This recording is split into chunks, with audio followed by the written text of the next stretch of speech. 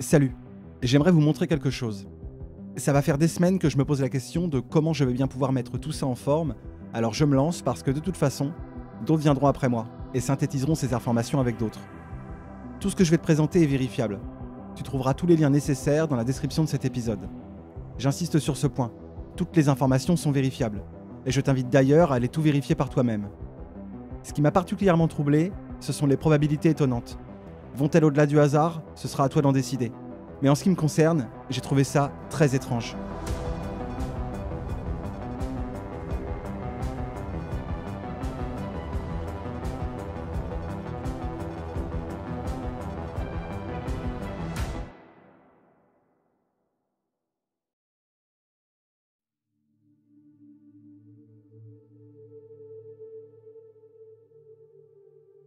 Voilà déjà quelques semaines que je faisais des recherches autour des Kennedy, et en particulier sur John Kennedy Jr. Et sur mon chemin, je suis tombé là-dessus. La vidéo d'un type tenant deux magazines. Kennedy Jr., George Magazine, 1997, Le Futur, la tête de Trump, et puis cette jovialité ostentatoire, comme s'il venait de pêcher ses plus belles prises. Si je fais cette vidéo aujourd'hui, c'est grâce aux informations qu'il m'a fait découvrir, et je veux vous les transmettre. Tout d'abord, il faut savoir que c'est John Kennedy Jr. qui a fondé le magazine George. En 1995, il fondera et sera l'éditeur en chef du magazine, et ce jusqu'à sa disparition 4 ans plus tard dans un accident d'avion en 1999. Le magazine sera ensuite, via sa filiale Hachette, racheté par le groupe Lagardère qui en arrêtera définitivement la production 2 ans plus tard. Petit détail intéressant, si le magazine de gauche, qui date de février 2000 avec Trump en couverture, peut se dénicher pour quelques centaines de dollars sur le net, celui de droite ne se trouve pas en dessous de 5000 $. Le magazine George. Jusqu'il y a encore quelques mois, j'ignorais complètement son existence. Après quelques recherches, j'ai fini par trouver une version en PDF contenant 18 pages de ce fameux numéro de février 1997. En anglais, bien sûr. Mais avec l'aide de mon amie traductrice, nous en avons traduit une partie et remis en page à l'identique. Et vous pouvez le télécharger en PDF grâce au lien présent dans la description. Alors, qu'y a-t-il de si intéressant dans ce magazine? Pourquoi suscite-t-il plus d'intérêt auprès des collectionneurs? Et pourquoi est-il si jovial? C'est ce qu'on va tenter de découvrir. Le George de février 1997 s'intitule « Guide de survie pour le futur ». La première pensée qui m'est venue, c'est de me dire « Bon, la futurologie, c'est une science plutôt casse-gueule. Ses résultats sont approximatifs et vont varier non seulement en fonction de la quantité d'informations qu'un individu peut avoir sur l'état du monde au moment présent, mais implique aussi que cet individu soit doté d'un esprit de synthèse suffisamment affûté pour en saisir toutes les variables majeures et sous-jacentes, comprendre les influences et les forces qui déterminent le monde vers son futur plus que probable. Kennedy Jr. pouvait-il être un de ceux-là? Quoi qu'il en soit, nous allons pouvoir juger de ses prédictions, puisqu'à présent, au regard de ce magazine, nous y sommes dans le futur. Bien que pour le moment, je ne sais pas vraiment de quel futur on parle. Est-ce qu'il s'agit du futur de 2010, 2020, 2030, 2050, soyons fous? Alors voyons ce qu'il en est. Sur la couverture, on y voit une jeune femme dans des habits futuristes. Bon, aujourd'hui en 2020, on pourrait dire rétro-futuriste. Elle nous salue et je trouve qu'elle a un peu l'allure d'une hôtesse de l'air. Au second plan, on peut voir le mont Rushmore, devant lequel Trump a prononcé son discours le 4 juillet dernier. Il n'est pas en entier, il semble penché et enfoncé dans le sol. On y voit la lune, et de l'autre côté, il y a une sorte d'objet qui semble en suspension. Le slogan du magazine, c'est « De la politique, pas comme d'habitude ». Il y a plusieurs gros titres sur cette couverture, et un de ces gros titres a particulièrement retenu mon attention. Bill Gates parle à John Kennedy à propos de Murdoch, d'argent et de domination mondiale. Je me suis dit, c'est quoi ce truc? Pour un magazine qui a la prétention de nous guider dans le futur, ça part plutôt pas mal. J'ai commencé à trouver ça très amusant. Mais le titre qui se trouvait plus en dessous allait commencer à rendre la situation assez improbable. Jour de l'accusation, est-ce qu'il arrive à se faire attraper? À ce moment-là, je commençais presque à entrevoir les raisons qui pouvaient conférer un tel intérêt envers ce magazine. Mais j'étais pas au bout de mes surprises, car les choses allaient devenir encore plus improbables à la lecture de la première page du magazine, la lettre de l'éditeur, John Kennedy Jr.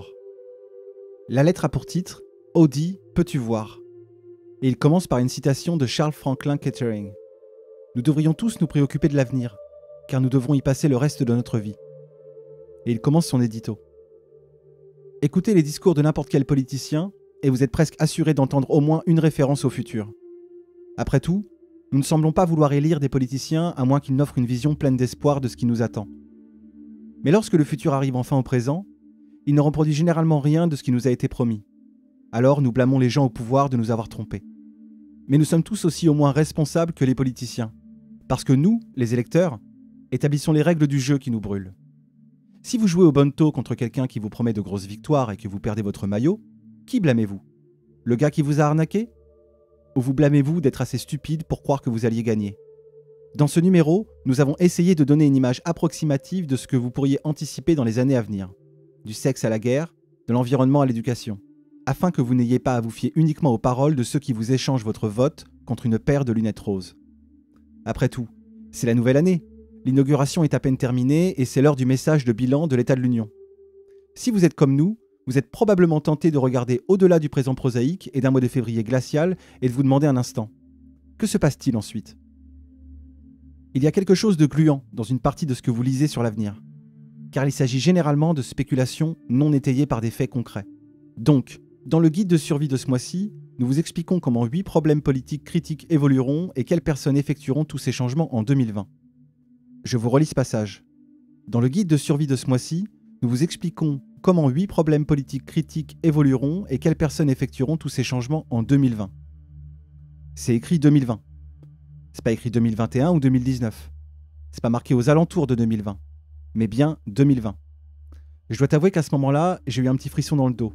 J'ai presque l'impression de tenir l'almanach de Retour vers le futur.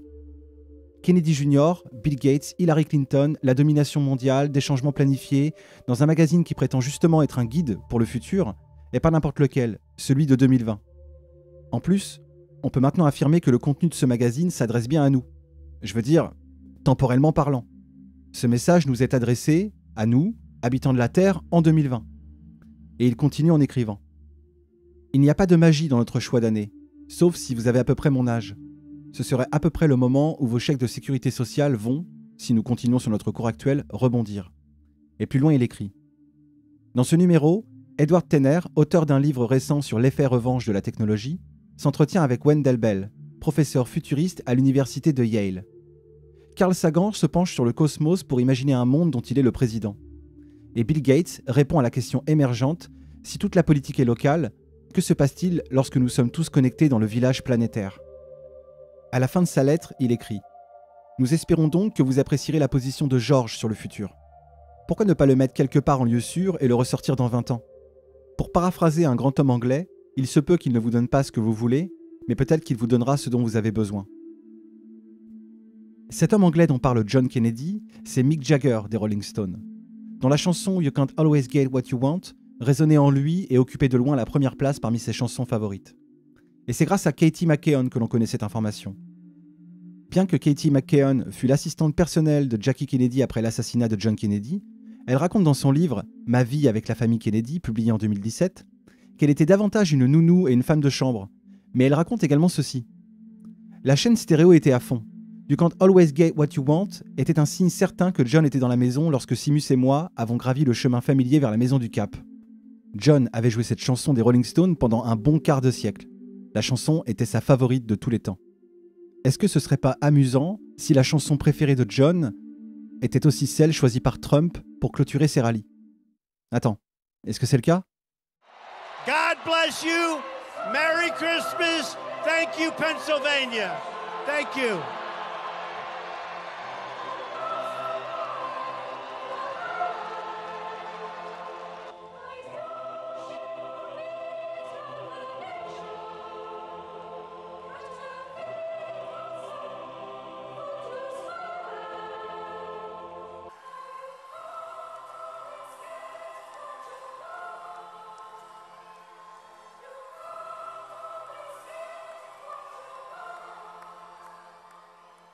La chanson favorite de Kennedy Jr. est jouée à la fin des rallyes de Donald Trump depuis 2016. Mais j'avais quand même un doute. Peut-être que tout cela n'était que le fruit du hasard. Car après tout, si ça se trouve, Donald Trump et John Kennedy ne se connaissaient même pas. Dites-nous ce que cela fait d'être ici, sachant qu'il y a des photos de Kennedy, John, JFK Jr. Voici donc le bureau présidentiel qui est très connu. Et je peux vous montrer la photo de John avec le panneau juste ici. C'est un panneau. Il n'y avait pas de panneau avant, mais quand Franklin Roosevelt s'est retrouvé derrière ce bureau, il a demandé un panneau.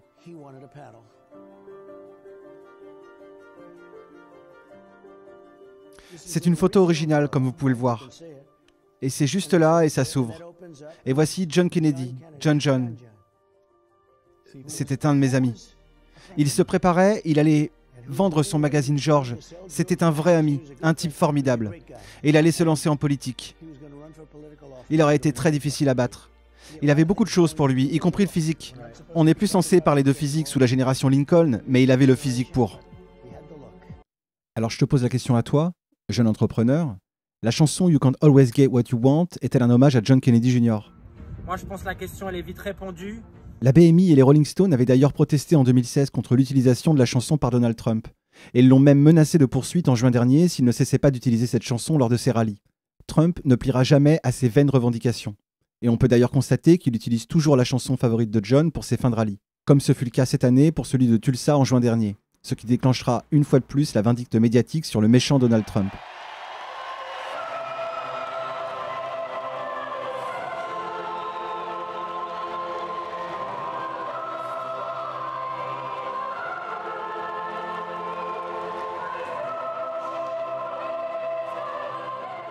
Mais continuons de parcourir ce magazine et découvrons ensemble l'interview de Bill Gates. Alors, je ne vais pas lire toute l'interview, mais seulement quelques passages intéressants.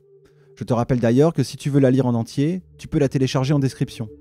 Et j'ai aussi mis la version originale si tu veux pouvoir vérifier la traduction. Cela commence avec une introduction écrite par John Kennedy Jr. Aux États-Unis, les grandes fortunes sont souvent acquises à grande vitesse. Mais personne n'en a jamais amassé autant et aussi vite que Bill Gates, le cofondateur, président et directeur général de la société Microsoft, âgé de 41 ans. Avec une fortune personnelle de plus de 20 milliards de dollars, Gates préside une société dont la valeur nette, plus de 100 milliards de dollars, est plus de 10 fois supérieure au produit intérieur brut du Zaïre. De plus, son nom est devenu synonyme de révolution de l'information. Sa réussite est d'autant plus étonnante que le jeune Gates était suffisamment sûr de sa vocation en 1975 pour quitter l'université de Harvard en deuxième année et faire équipe avec son ami de lycée Paul Allen pour poser les bases de la société Microsoft. Il est difficile de croire que le calme, la modestie et l'allure enfantine de Gates, à l'opposé de l'entrepreneur stéréotypé de l'époque, a transformé non seulement l'industrie informatique, mais aussi la façon dont des millions de personnes travaillent et communiquent entre elles. Dans le monde des affaires, cependant, certains disent que Microsoft, l'incarnation même de l'entreprise moderne, a adopté les pratiques commerciales prédatrices des mastodontes industriels de la vieille école tels que General Motors ou IBM, que la position de Microsoft sur le marché des logiciels se rapproche d'un dangereux monopole. En 1995, Microsoft a dû renoncer à son projet de rachat du producteur de logiciels Intuit, accusé d'enfreindre la législation antitrust. En effet, au cours de mon entretien, la seule occasion qui a troublé l'extérieur placide du président de Microsoft a été lorsque j'ai évoqué cette question. Avec ces logiciels, omniprésents dans les bureaux et les foyers du monde occidental, M. Gates espère maintenant modifier la pratique et la perception du gouvernement. Selon M. Gates, tant que le gouvernement est prêt à embrasser la révolution de l'information, nous pouvons tous nous attendre à ce qu'il devienne plus petit, plus accessible et infiniment plus responsable. Pourtant, certains pensent que la vision de Gates du futur, une démocratie informatisée dans laquelle l'individu libéré par la technologie sera autosuffisant, pourrait facilement mener au scénario prédit par Aldous Huxley dans Brave New World ou dans 1984 de George Orwell. Loin de connecter les gens entre eux, affirment les critiques de Gates, l'ère informatique annoncera une ère d'aliénation sociale. Un monde où tout peut être acquis ou communiqué via son poste de travail et où il sera presque inutile de participer à ce que nous considérons comme la vie civique. Pire encore, il pourrait permettre au gouvernement de s'immiscer plus efficacement dans nos vies. Et voici la première question de John Kennedy. Il y a beaucoup de spéculations ces jours-ci sur la façon dont l'Internet va changer nos vies. Je suis particulièrement intéressé par la façon dont vous pensez qu'il va changer la politique et l'interaction des gens avec le gouvernement. Et Bill Gates répond. Il est possible d'améliorer la politique et la démocratie chaque fois que l'on dispose d'une avancée dans le domaine des technologies de communication. L'Internet est un outil qui vous permet de trouver des informations bien mieux qu'autre chose. Historiquement, la plupart des outils de communication étaient soit radiodiffusés, ce qui signifie que votre matériel devait plaire à des millions et des millions de personnes, soit personnels, et ne pouvait s'adresser qu'à un très petit public. Mais l'Internet permet à un seul individu d'accéder à des informations pratiquement illimitées sur un sujet donné.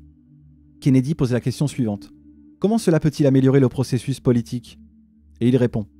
Eh bien, disons qu'il coupe 5 milliards de dollars d'un programme quelconque. La plupart des gens n'ont pas assez d'expérience pour savoir si c'est une bonne décision ou non. Ils ne connaissent pas les questions politiques clés, les compromis à faire, ou la manière dont ce poste budgétaire particulier a été dépensé dans le passé. Grâce à l'Internet, vous pouvez non seulement prendre cette nouvelle et la relier à des informations de fond, mais vous pouvez également contacter et trouver d'autres personnes qui s'intéressent à cette question. L'Internet est évolutif en ce sens que si quelque chose attire vraiment votre attention, vous pouvez vous informer et vous impliquer sur le sujet autant que vous le souhaitez. Ce à quoi Kennedy répond. Ainsi, l'une des choses qu'Internet a changé est la dynamique entre les élus et leurs électeurs. Soudain, les gens de Washington ne sont plus les seuls à avoir accès à toutes les informations pertinentes sur une question donnée. Ce à quoi Bill Gates répond. Il est clair que les élus sont désormais plus responsables. Par exemple, s'il y a un vote important au Congrès, je peux rapidement savoir exactement comment mon membre du Congrès a voté, et même ce qu'il ou elle avait à dire. Vous ne pouvez pas obtenir ce niveau d'information détaillé dans un article de presse national. Environ 40% des foyers américains disposent aujourd'hui d'un ordinateur personnel, et ce chiffre est en augmentation. Les implications de ce type de responsabilité sont donc importantes. Kennedy enchaîne. Les électeurs peuvent désormais inonder leurs représentants de données, et non plus l'inverse. Ce à quoi Bill Gates répond. Eh bien, cela doit être assez difficile avec le courrier papier de nos jours, parce que les gens essaient de bombarder le bureau d'un membre du Congrès avec des opinions diverses. Électroniquement, c'est beaucoup plus facile. Les membres du Congrès peuvent utiliser leur courrier électronique comme une sorte de sondage, pour savoir combien de personnes étaient pour quelque chose et combien étaient contre. Kennedy pose la question suivante. Cela ressemble à la notion de démocratie directe de Ross Perot. C'est vers cela que nous nous dirigeons ? Et il répond. À l'avenir, la démocratie directe sera possible. Un exemple extrême serait de dire que, sur une base hebdomadaire, nous traiterons une question et que tout le monde votera pour elle. Mais personnellement, je pense que la démocratie représentative est meilleure. Les représentants élus peuvent être beaucoup plus avisés. Ils ont le temps d'écouter les deux aspects d'un problème et proposent souvent une solution qui n'est pas forcément évidente. À l'avenir, nous devrons choisir la démocratie représentative. Non pas parce que c'est le seul système, mais parce que nous pensons que c'est la meilleure approche disponible. Plus loin, John Kennedy pose la question suivante. Pensez-vous que les gens qui sont disposés à expérimenter la technologie ont une sorte d'orientation ou d'identité politique distincte ? Et il répond. Eh bien, il y a beaucoup de gens impliqués dans la technologie qui sont très optimistes quant à ce que la technologie va apporter. Ils ont tendance à penser qu'il doit y avoir un moyen de structurer les mesures d'incitation de manière à réduire considérablement l'implication du gouvernement. Vous trouverez donc probablement beaucoup plus de libertaires dans le secteur technologique que partout ailleurs. Et Kennedy demande « Qu'en est-il des gens sur Internet ?» Ce à quoi Gates répond « L'Internet s'est suffisamment développé maintenant que vous y trouvez des gens de toutes les tendances politiques. Je pense qu'Internet représente l'avenir. C'est pourquoi vous avez demandé à Bob Dole de donner son adresse de site web dans le cadre d'un débat présidentiel. Tout homme politique veut être associé à l'avenir. Il n'y a aucun pays où je sois allé où les plus grands dirigeants politiques n'étaient pas désireux de s'asseoir et de discuter avec moi. Une partie de cet échange concerne la question légitime de savoir comment leur pays peut exploiter les avancées technologiques, et une autre partie consiste simplement à essayer de s'associer à la technologie et au brillant avenir qui en découle. Plus loin dans l'interview, John pose la question suivante. Sera-t-il possible de préserver notre vie privée dans un monde numérique ? Et Bill répond. La protection de la vie privée est une question très intéressante. Je pense que les gens sont un peu naïfs quant à la quantité de données qui existent aujourd'hui sous forme électronique à leur sujet. Certains pays émettent déjà des cartes à puce sur lesquelles figurent toutes vos données personnelles. Vous les utilisez pour bénéficier de prestations médicales, pour voter, pour vous identifier auprès de la banque, etc. Et John dit « Cela semble orwellien ». Bill répond « Vous savez, le degré de confidentialité accordé à chaque individu sera toujours une décision politique. C'est une décision qui appartient à chaque société. Les États-Unis sont le pays où l'on croit le plus en la vie privée. Donc, le gouvernement n'émettra probablement jamais de carte à puce. En même temps, les attitudes peuvent changer. Si par exemple les États-Unis traversaient une terrible période de terrorisme, les gens pourraient décider de fixer des limites un peu différentes en matière de vie privée. Je vous rappelle que ce magazine est de 1997, et donc je vous laisse méditer sur cette phrase. Plus loin, il y a cette question. Microsoft vient de conclure un partenariat avec NBC pour une chaîne d'information, un site web appelé MSNBC. Vous avez également lancé récemment Slate, un magazine en ligne. Au fur et à mesure que vous vous plongerez dans le monde de l'information, vos propres opinions influenceront-elles le contenu des informations que vous fournissez, comme Rupert Murdoch a fait de la chaîne d'information Fox un antidote à la partialité libérale perçue de la presse existante. Bill Gates répond « Cela ne m'intéresse pas. Je suis surpris que Rupert soit capable de garder des gens de qualité avec cette approche. Je veux dire, c'est très dangereux, et peut-être inapproprié. Il prétend qu'il ne fait que réagir, que le reste de la presse a un parti pris libéral. Personnellement, je ne vois pas ça. » Non, bien sûr, Bill. T'as raison, aucun parti pris de la presse. Bref, je continue. Les gens que vous engagez pour être rédacteurs et écrivains, ils ont leurs propres opinions. C'est leur travail. Mon travail consiste à diriger une grande entreprise de logiciels. Je fais très attention à garder mes opinions politiques séparées. Pourquoi les garder séparées? Parce que l'alternative est inappropriée. J'ai mes opinions personnelles et puis il y a Microsoft, une entreprise qui s'implique dans très peu de choses politiques. Mes opinions personnelles sont celles que l'on attend de quelqu'un qui a l'impression d'avoir eu beaucoup de chance et que les ressources qu'il a sous sa coupe sont en réalité des ressources de la société. Je dois faire preuve d'ingéniosité dans la manière dont je vais les faire rentrer. Je finance des projets d'éducation, je finance le contrôle de population. Je suis très impliqué dans le programme United Way. Quand j'ai découvert cette phrase et que je l'ai répétée à certains de mes amis et aux gens que je connaissais autour de moi, ils ne m'ont pas cru. Tout simplement. Alors que c'est bien écrit là, noir sur blanc. Mais continuons. John Kennedy pose la question suivante. Puis-je vous demander si vous êtes un démocrate ou un républicain ou un indépendant? Bill Gates répond. C'est une question délicate, car comme je l'ai dit, j'essaie de séparer mes opinions politiques de celles des autres. Je suis allé à un événement où j'ai dit que j'étais un démocrate, et cela a été couvert publiquement. Quand il s'agit de questions sur la façon dont les entreprises sont traitées et gérées, je ne souscrirai pas au point de vue des démocrates. Lorsqu'il s'agit de questions sociales, vous me trouverez du côté des démocrates. Comment l'immensité de votre richesse affecte-t-elle votre vie? Il répond. C'est une chose très étrange. Je pense qu'il est inhabituel qu'une personne puisse avoir autant d'argent.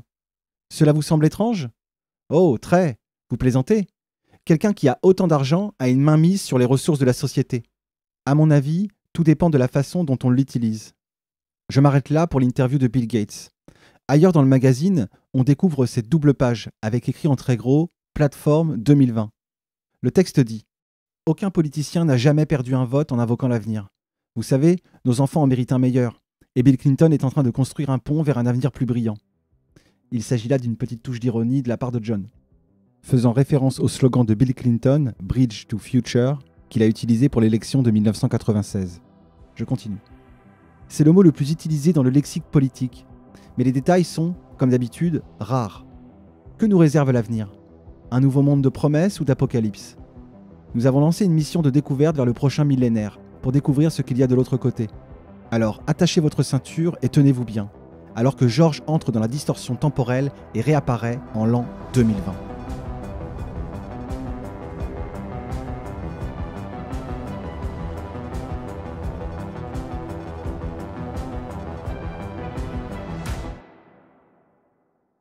J'espère que ce premier épisode t'aura plu, que t'as appris des choses tout en passant un bon moment. Il y en aura d'autres, alors abonne-toi, active la cloche des notifications et surtout le plus important, n'oublie pas de partager. À très bientôt.